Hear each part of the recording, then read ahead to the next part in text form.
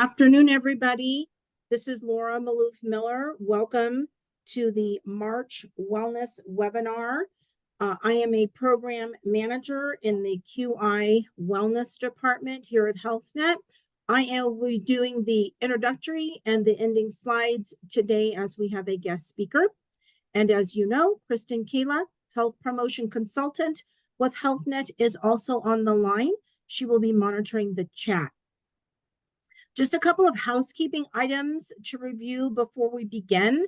Everybody has been muted upon the entry. That's, of course, to avoid any background noise. Also, at the end of the webinar, there will be an anonymous survey, so your feedback is greatly appreciated. If you have any questions throughout this webinar, please use the chat function, and Kristen will get to your messages in the order that she receives them. And everyone who registered for this webinar today will receive a link to the recording in just a few days. Katie, if you go ahead and go to the next slide. So our topic today, intermittent fasting and other hot nutrition topics. And Katie is our presenter for today. And the next slide, Katie.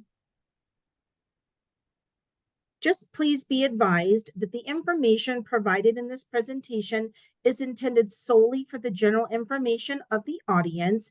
It is not medical advice and shall not replace consultation with your physician or other qualified health provider. If you happen to have any health-related questions or problems, please seek the advice of your physician or other qualified health provider. So please, everyone, welcome Katie. Thank you so much. Thank you, everybody, for joining. Today, we're talking about intermittent fasting and other nutrition topics. And intermittent fasting has really taken the world by storm, but what does the science actually say? So today, we're going to talk about the pros and cons between intermittent fasting and then ways to pursue individualized and balanced nutrition with evidence-based practices. And as I was introduced, my name is Katie Keckman, and I'm a senior health education specialist from ShareCare. And I'm also a 500-hour yoga teacher. And today's agenda that we will be covering today, we will be talking about what intermittent fasting really is, common intermittent fasting methods, and pros and cons based on current research. And again, this is no way to persuade you, but rather give you all of the information so that you can make informed choices for what's best for yourself. And from there, we'll talk a little bit about practical eating guidelines, especially when it comes to when to eat versus what to eat versus how to eat. And we'll talk about hunger and fullness cues, and I'll give you some daily examples of what, depending on what your eating preferences are, maybe like a light breakfast, medium lunch, heavier dinner, and just give you an idea of what that day of meals might look like. And then we'll talk a little bit about mindful eating and your relationship with it and food. And as always, we'll go through any questions you have at the end and then resources.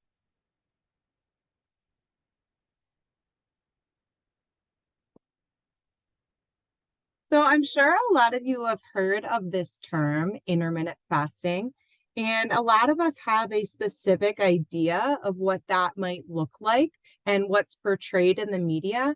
And there are a lot of different forms of intermittent fasting, but regardless of the exact form, all of these fasting plans that we'll talk through here have some extended period of little or no caloric intake. And then vice versa, it's paired with a specific window of caloric intake or feeding.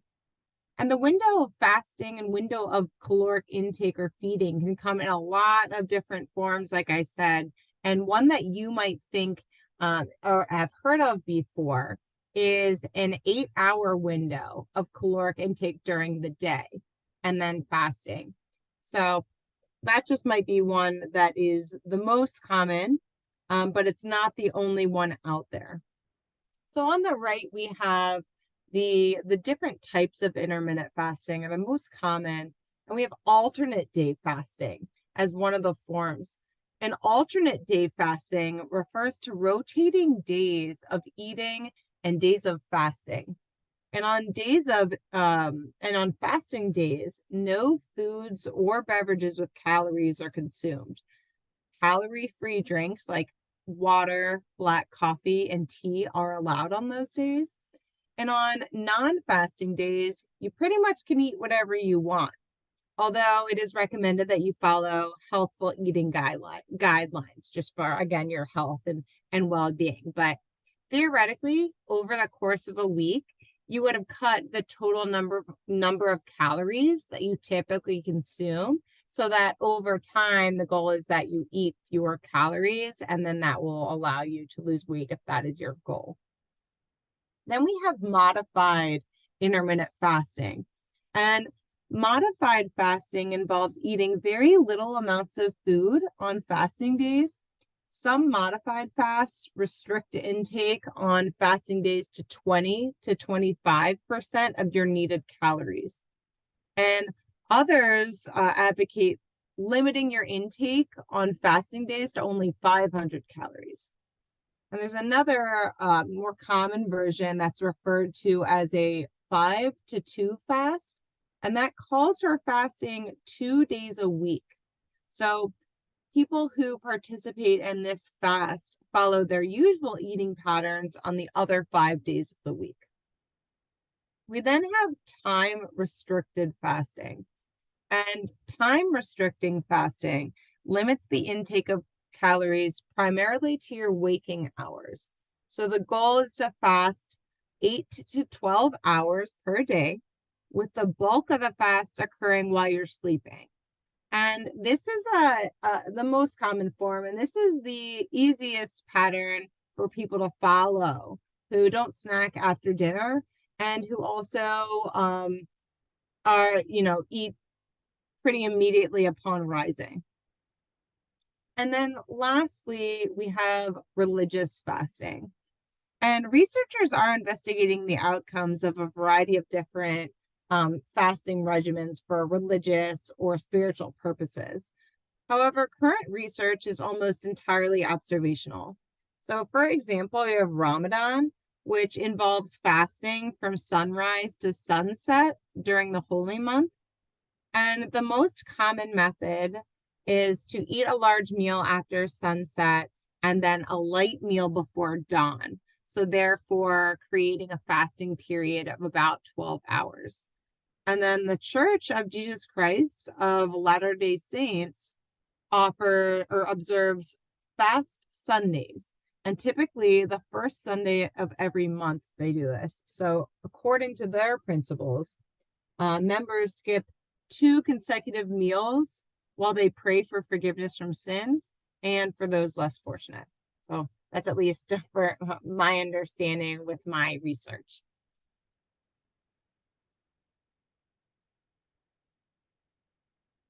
And for the time-restricted feeding,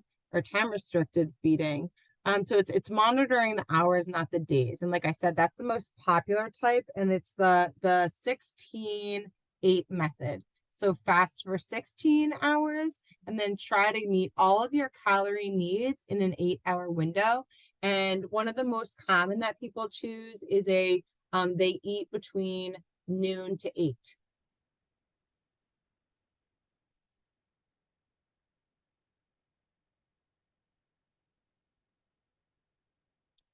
So this slide shows the risks and rewards of intermittent fasting and what the science says about that.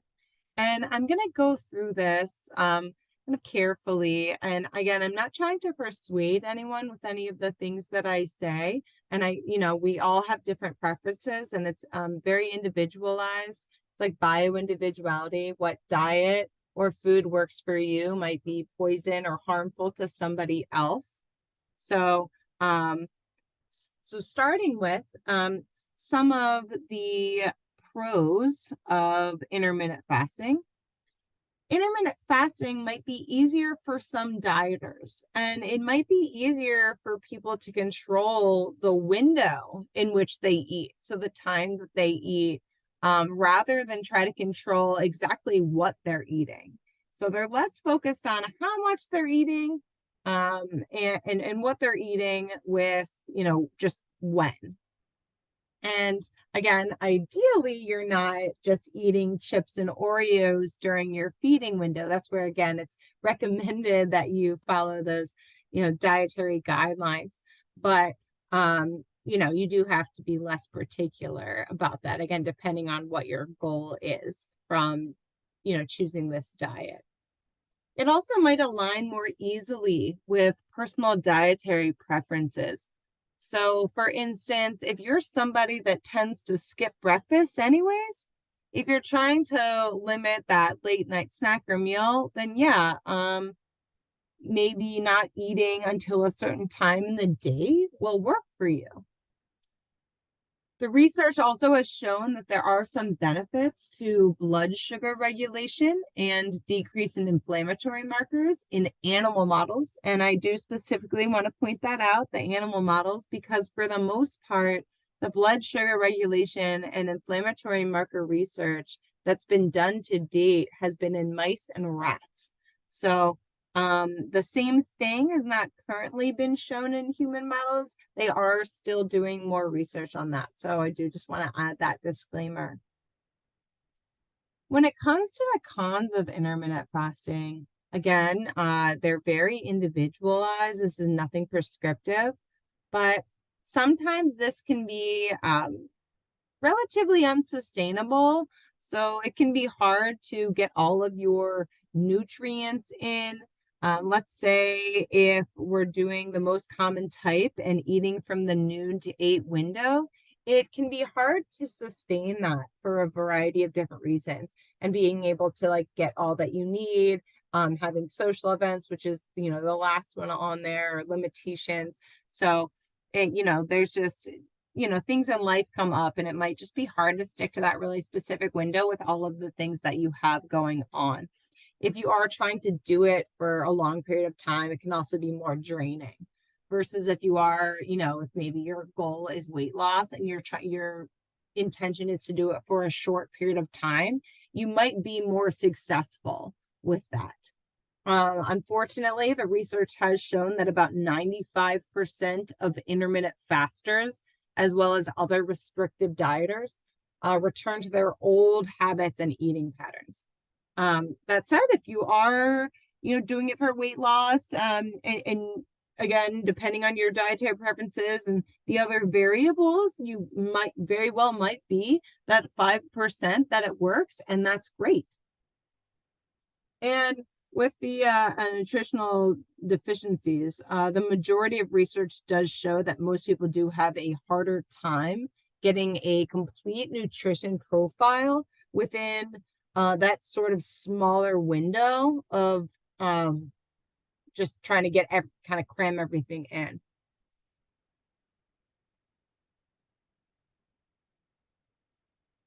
I'll just pause if anyone has any questions or comments. Hi, this is Kristen. There is a question. What does it mean when my stomach growls when practicing IF diet? Am I hungry, or I should stop trying any forms of dieting? I'm actually happy that you asked that. And if you don't mind waiting for a few slides, I'm going to show you the hunger scale and just physical symptoms that you might experience and where you want to fall.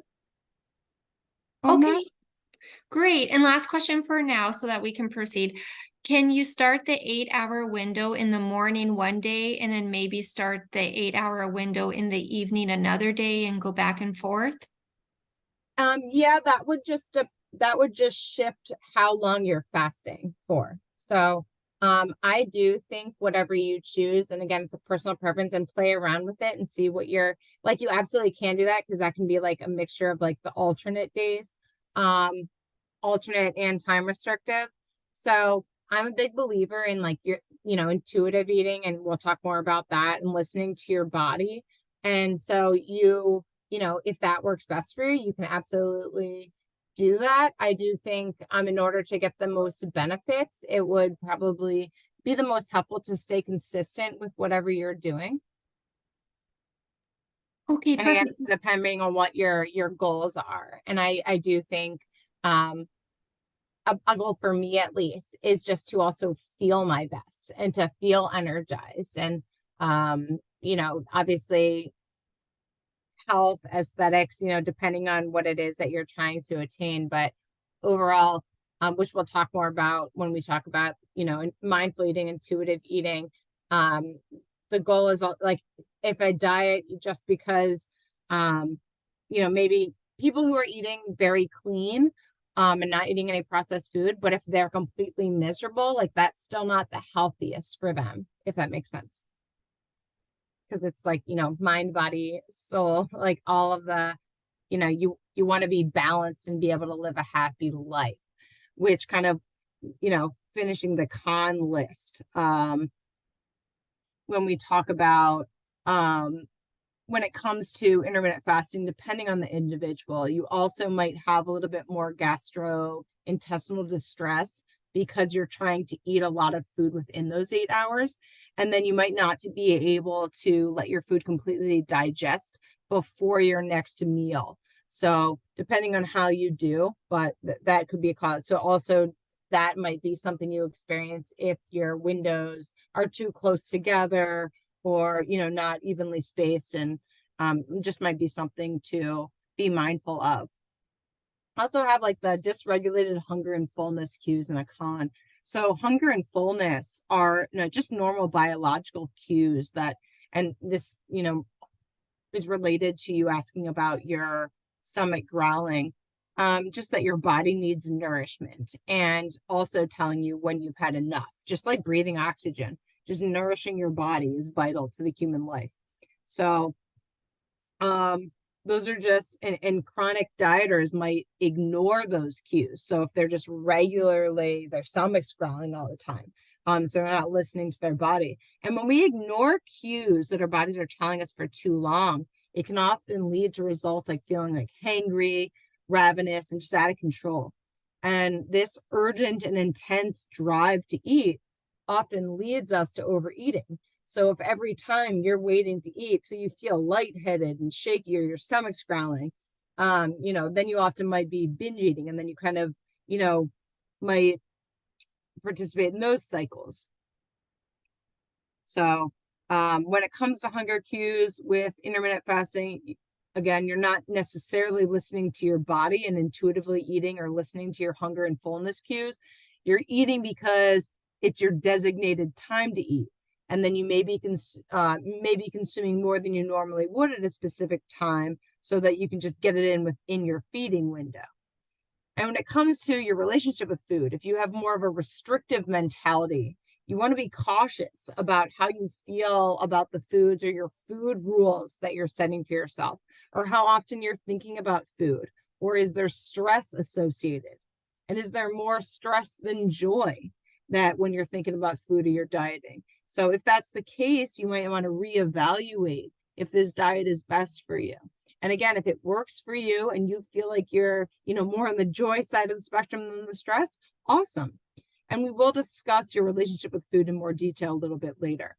And lastly, it might lead to social or schedule limitations. So for instance, if your friends want to go out to dinner after your feeding window, do you adjust for that, or do you just not go? And what does that look like for you? So it's more about the caloric intake rather than the window that you're eating it in. We also already naturally have a fasting window typically when we go to sleep. And that's actually why we call it break fast. So let's move on, just to make sure we're good on time. But that just gives you, an idea of what the different forms of intermittent fasting are. Okay, so what now? Let's talk about what do you do when it comes to the information that you just got?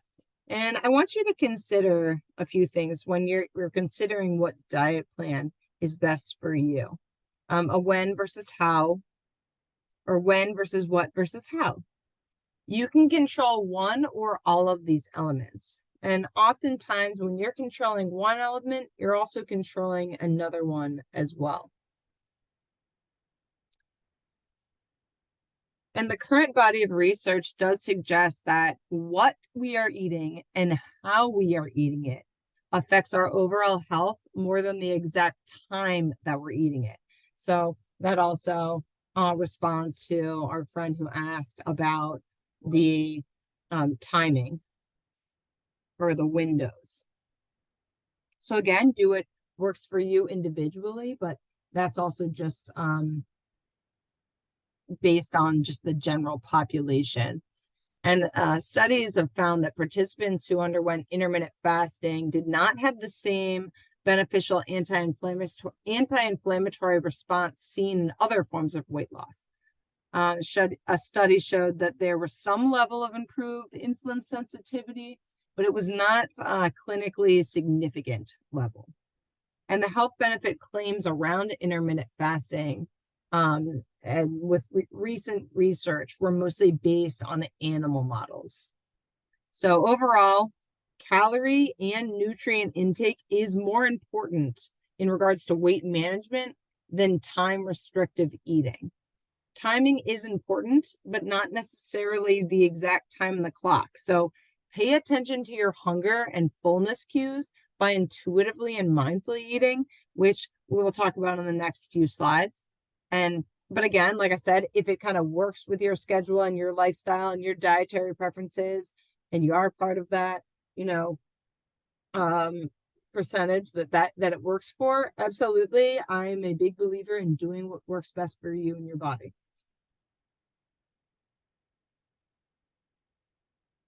So here we have a hunger scale, and if you have dieted over the years, it can be difficult to identify what hunger and fullness actually feel like, along with other internal body cues. And diets train us to ignore what our body is telling us and what it's asking for. And in some cases, trying to suppress those feelings. And then over time, we lose the ability to listen to and regulate those internal cues. But I do want to emphasize the good news is it is possible to relearn, even if that is how you've been living and you've created those habits. Diet culture makes us believe that we can't be trusted around food. But the truth is that you have the most powerful tools in you, and you know your body best. So that's why I'm just giving you information, and then you play around. There's no other way to figure out what diet or foods work best for you specifically, other than just experimenting on yourself. So on this slide is a visual of the hunger scale and how to better understand those internal hunger cues that your body is giving you. And the more you start to pay attention and maybe even practice mindful eating, which we'll talk a little bit more about, you'll experience some of these symptoms. So maybe it's, again, stomach growling, as our coworker said. Maybe it's empty feeling in the stomach, dizzy, fatigued, lack of focus. Maybe you're moody, you're shaky or weak. So getting too low on the hunger scale can often lead to a reactive type of eating that, again, might feel ravenous, out of control, and result in feelings of guilt and regret. So looking at this scale, where should you aim to be on this hunger and fullness scale? A good range would be not to let yourself get below a 3 and not get above a 7. So right at the stomach growling, which again is perfect. We had participants share that, and then also full, slightly uncomfortable.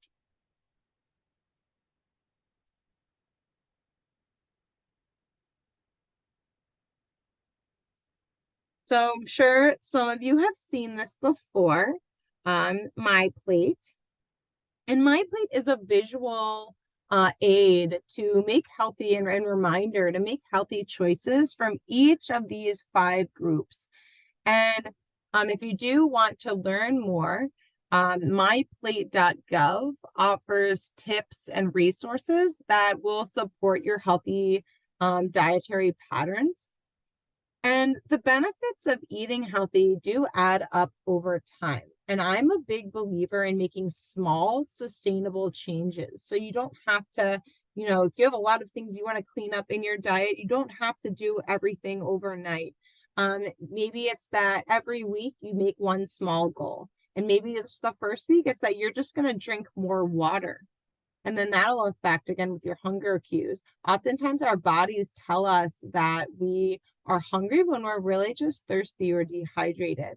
So one thing I do to help prevent overeating, I drink a tall glass of water before I eat any meal. And that helps me feel more satisfied and be able to actually understand if my body's really hungry or thirsty. So you want to make sure that your protein is lean. And so you see a fourth of your plate to be protein. So maybe that's turkey, roast beef, fresh ham, beans, fish like cod or flounder. Those are lean protein choices. You want to trim your fat when you're cooking your meats. Go easy on the sauces and the gravies. Those can be high in saturated fat and sodium. Also think color. Make a plate that looks festive by including fruits and vegetables, and aim to cover half of your plate with fruits and vegetables. And enjoy all the food groups at your celebration. So you can prepare, whole grain crackers with hummus as an appetizer, maybe unsalted nuts, black beans, to a green leaf salad, include fresh fruit at the dessert table, use low-fat milk instead of heavy cream in your casseroles. You can, substitute healthier options when you're going to a barbecue or a holiday party. And try to take 10 seconds just before taking another bite.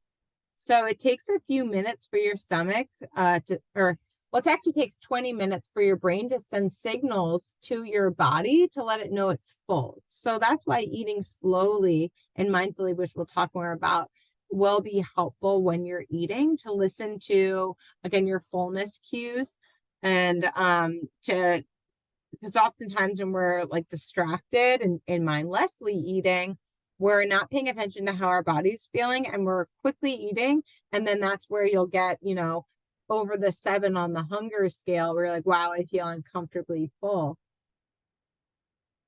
And eating, so really just focusing on eating until you're satisfied, not stuffed. Nobody likes that icky, stuffed feeling after a meal. And you can see, so again, just try to remember this, my eating plate when you, so a fourth grains, protein, and then half fruits and vegetables, and then dairy. A lot of people do have a dairy intolerance. So if you are able to eat dairy, that's the recommendation. And I think a food journal or tracking your food, if you've never done it before, can be really helpful. And writing down, and even you can there's a bunch of apps and in your resources as well, your health plan resources. But even if you just want to write it down in a journal, writing down what you ate, when you ate it, and how it made you feel mentally and physically, that can help you identify what is working the best. And again, if you're also playing around with intermittent fasting, and what your window is and how that made you feel. You can also write down how you felt when you ate something, and that can help you identify if you're an emotional eater, which is really just reaching to food consciously or unconsciously to soothe yourself of any sort of negative emotion. Or I used to always say I was a time filler eater. So if you're boredom or sadness, or you're just trying to, again, eat to comfort yourself.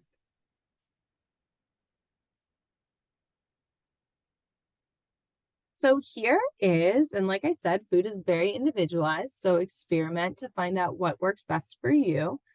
And here are real food examples of a balanced day. And it's using, again, that website, myplate.gov. And this is an example of if an eating plan works best for you, having a lighter breakfast and lunch, and then a heavier dinner. I'm somebody personally, I like having a heavier breakfast. So I'm more on this, I think it's the third slide. So here's an example of a a possible daily intake of if you are someone who does not eat breakfast and you want a couple snacks and dinner, of what that might look like. And all foods fit in a healthy nutrition pattern. There's no universally good or bad foods, and that's going to be related to when I'm talking about your relationship with food on the next couple of slides. And then our last example is, oh, I'm sorry, is this one. So it's a heavier breakfast, lighter lunch, and normal dinner. So again, there's no right or wrong time to eat. Honor your hunger and fullness cues.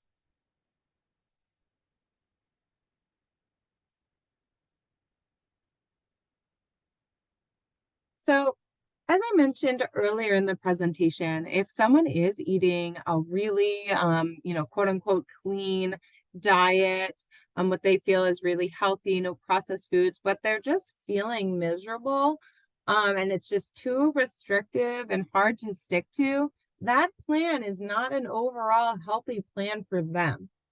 And if thinking about food constantly dominates your inner conversation with yourself, then that might not be a healthy mental state with your relationship with food. So to assess your mentality towards food, you want to ask yourself these questions. And if you want to go ahead and you take a picture of this or a screenshot, feel free. You want to take some time, kind of journal to yourself afterwards. And these can be rhetorical, or if you want to share, feel free. You don't want to type in the chat box if you can relate to any of these, but are you constantly thinking about food? Are you always thinking about what you're going to eat next or what you just ate?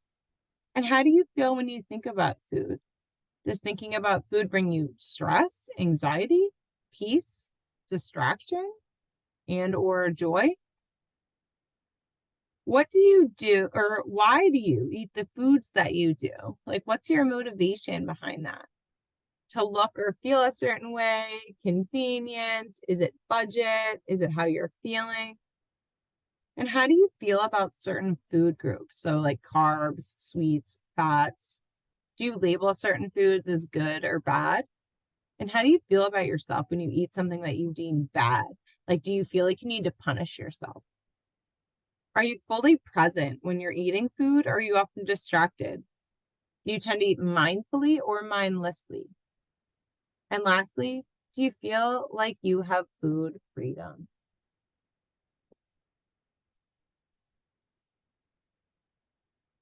And I'll just pause if anyone has any thoughts or reflections on this that they want to share, or any questions.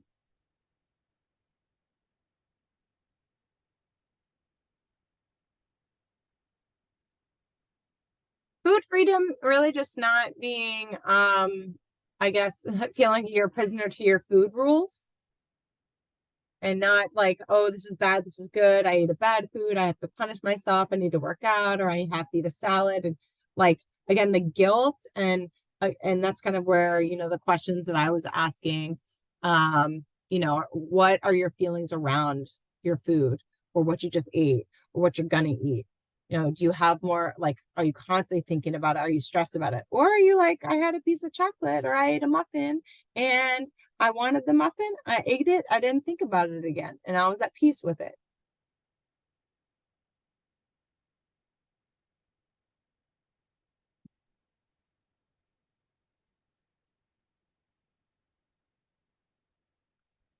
So mindful eating, you've heard me say that a few times, and mindful eating really stems from a broader philosophy of mindfulness, which is really just paying attention to your moment-to-moment experience and being present. So mindfulness is an intentional focus on your thoughts, emotions, and physical sensations. And eating mindfully and not mindlessly means that you're using all of your physical and emotional senses to experience and enjoy the food choices that you make. And this helps increase gratitude for food, which can improve your overall eating experience. And mindful eating encourages you to make choices that'll be satisfying and nourishing to your body. However, it discourages judging your eating behaviors, as there's a lot of different types of eating experiences for everyone. And as we become more aware of our eating habits, we can take steps towards behavior change that will benefit ourselves and our environment. And that's more of what I was meaning with the food freedom.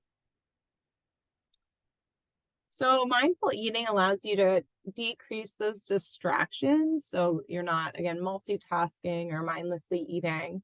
You can access your hunger level, like on that hunger scale, and be able to tune in to what your body is asking for, whether it's to eat, to not eat, to slow down, and practicing the 80-20 guidance. So allowing yourself to stop eating when you're 80% full and not waiting till you're uncomfortably full.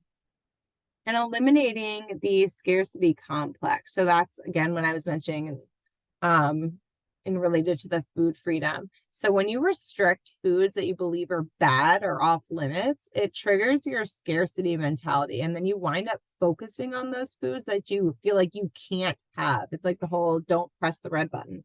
Like, don't do this, then you tend to overeat or eat more of that.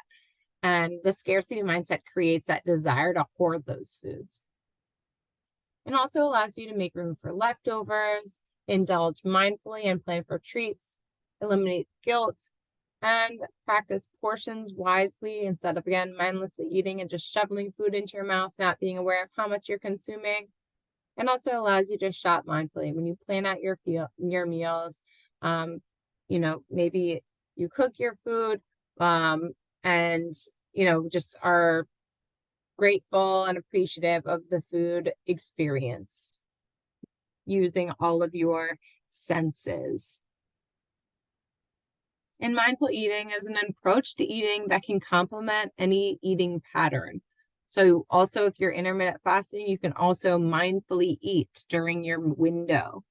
Research has shown that mindful eating can lead to greater psychological well-being and increased pleasure when you're eating and body satisfaction. So combining behavioral strategies such as mindfulness training with nutrition knowledge can lead to more healthful food choices that reduce the risk of chronic diseases and promote more enjoyable meal experiences and support a healthy body image.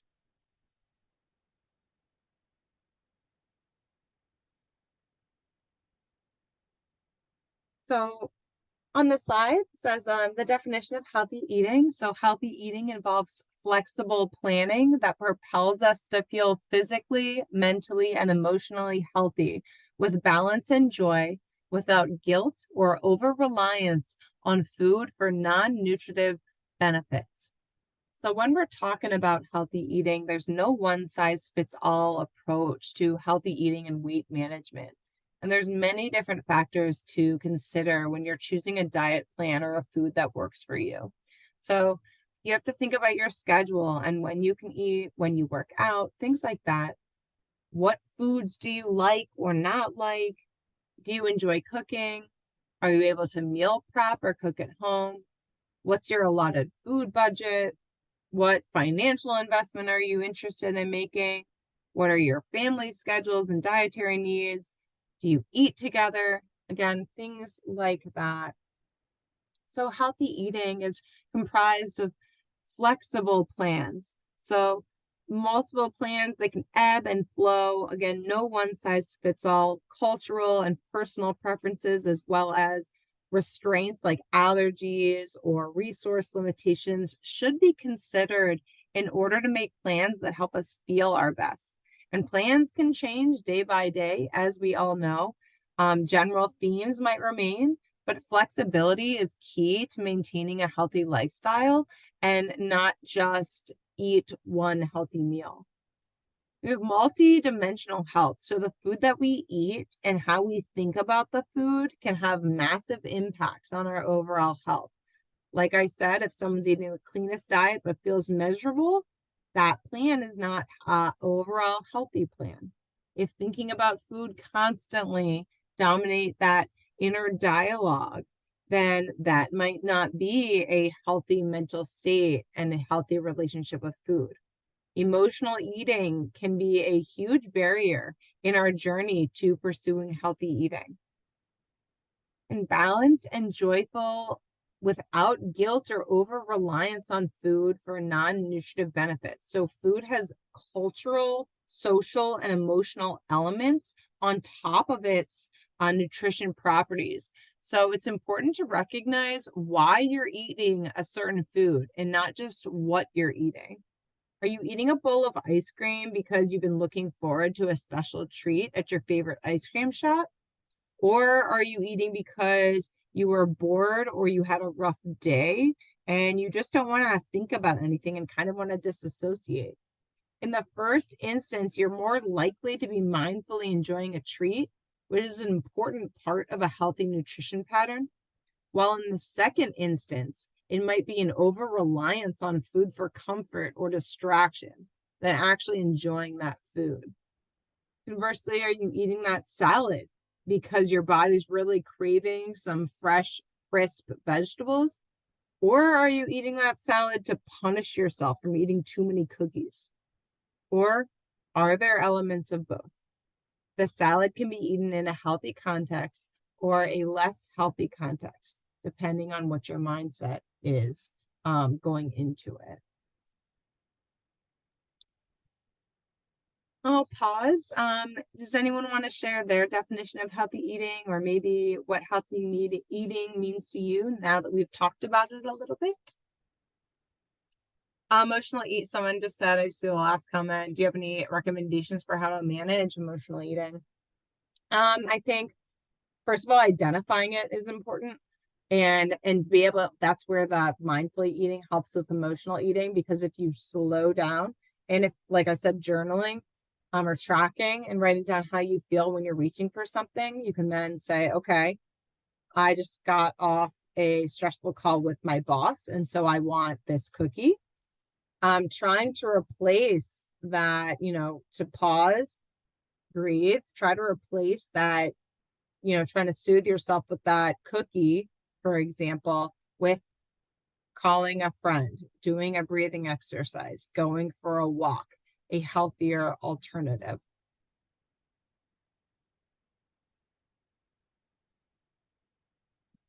So thank you so much. Again, I want to be mindful of our time, and we can pause for questions afterwards, but we'll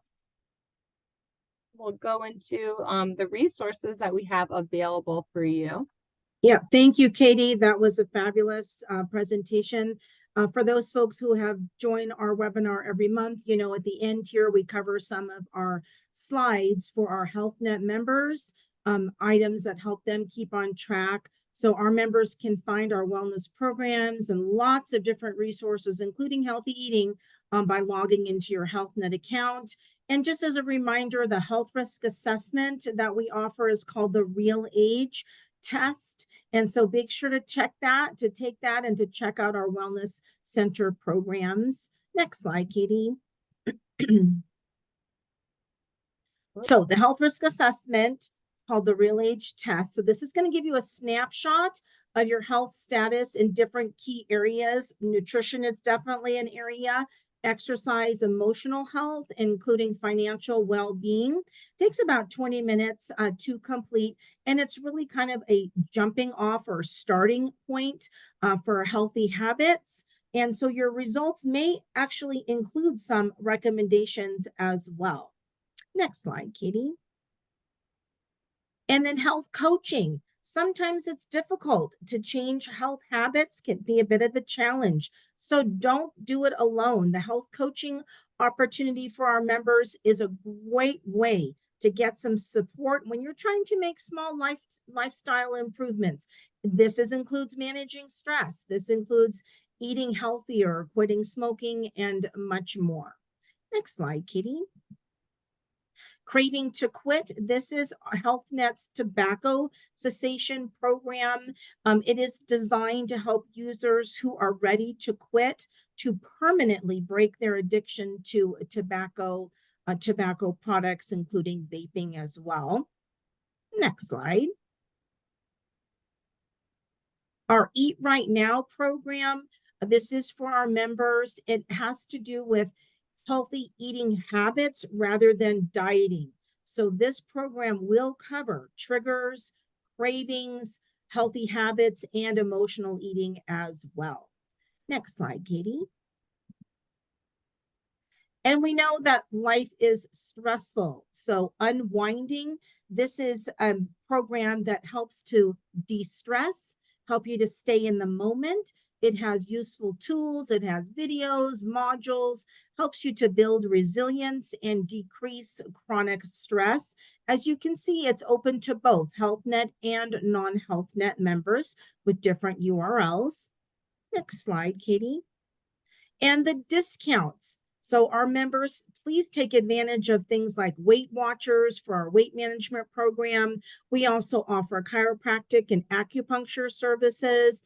Maybe you need an extra pair of prescription sunglasses or computer glasses, or access to hearing aids, including the screening. Or if you want to join the Active and Fit, it's our Fitness Club discount program. Next slide, Katie. And then online challenges. So every month we've got a lot of different ones. They are based on stress, steps, and sleep. They are open to everyone. We are right now in the middle of 2 90-day springtime challenges. One called Spring Clean Your Routine. That's going to go through the end of May. And Spring Into Action. That is a steps challenge. And for HealthNet members in April, we have Simple Peace. This is a 7-day challenge, and it's on meditation and mindfulness. So hopefully you will enjoy that as well. Next slide, Katie. And last but not least, next month in April, I can't believe it'll be April, we're going to talk about Get Stuff Done. So this is a webinar that takes a realistic guide. If you are working from home or in the home office, if you find it challenging to get stuff done, join us, because this webinar will help us learn ways to combat isolation. Sometimes we're lonely, boost our mental well-being, and how to take breaks from your desk to increase your productivity and also to improve your focus. So we hope you will join us again next month. And our last slide, Katie. Thank you so much, everybody, for joining us today. Everyone who registered for this webinar will receive a link to the recording in just a couple of days. Thank you so much for your time. You may exit the webinar at this time. Thank you so much. You're welcome. Awesome. Thank you. Great feedback. Thank you.